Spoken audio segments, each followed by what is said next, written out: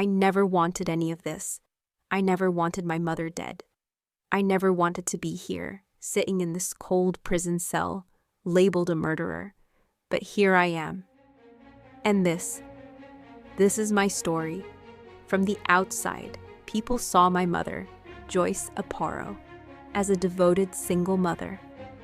A woman who raised a talented violin prodigy, worked as a social worker, and always kept herself composed.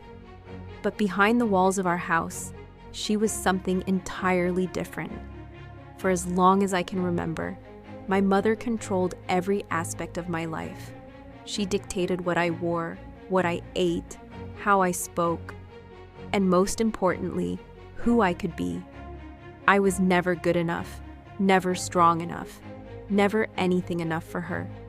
When I failed to meet her impossible expectations, the punishment was swift. Sometimes it was words, sharp, cutting, designed to make me feel worthless. Other times it was more than words. Bruises fade, but the scars on my soul, those never went away. I was alone, isolated.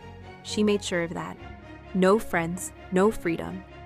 My violin was my only escape, until I met Dennis. Dennis Coleman was my world. He was everything my mother wouldn't let me have. Love, comfort, understanding. He listened when I told him how much I suffered, how I felt like a prisoner in my own home. With him, I wasn't just Karin Aparo, Joyce's perfect little puppet. I was just me. And I was safe. But my mother saw that. She saw him, and she hated it. She saw Dennis as a threat, something she couldn't control. So, she tightened her grip. She forbade me from seeing him, monitored my every move, made sure I had nowhere to turn but back to her.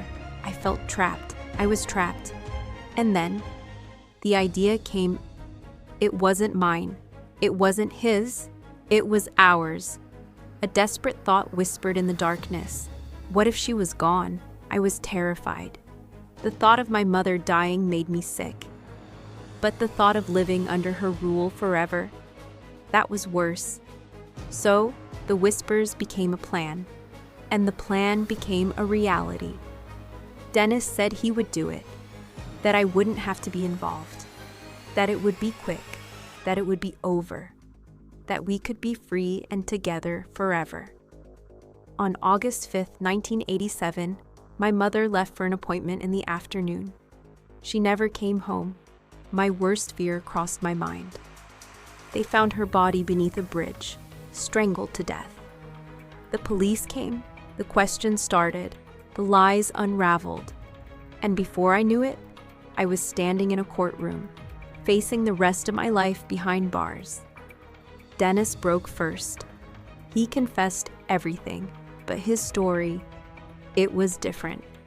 He said I planned it, that I manipulated him, that I wanted my mother to disappear forever, and he was just my lovesick accomplice.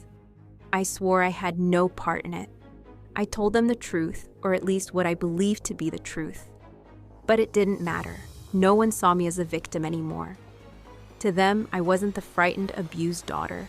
I was a monster, a cold-blooded murderer who used love as a weapon. The jury believed him.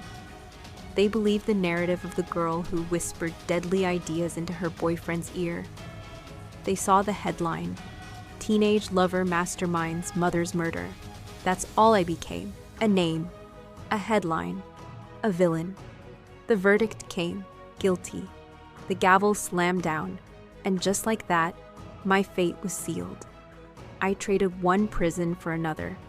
But even now, all these years later, I ask myself, was I the villain?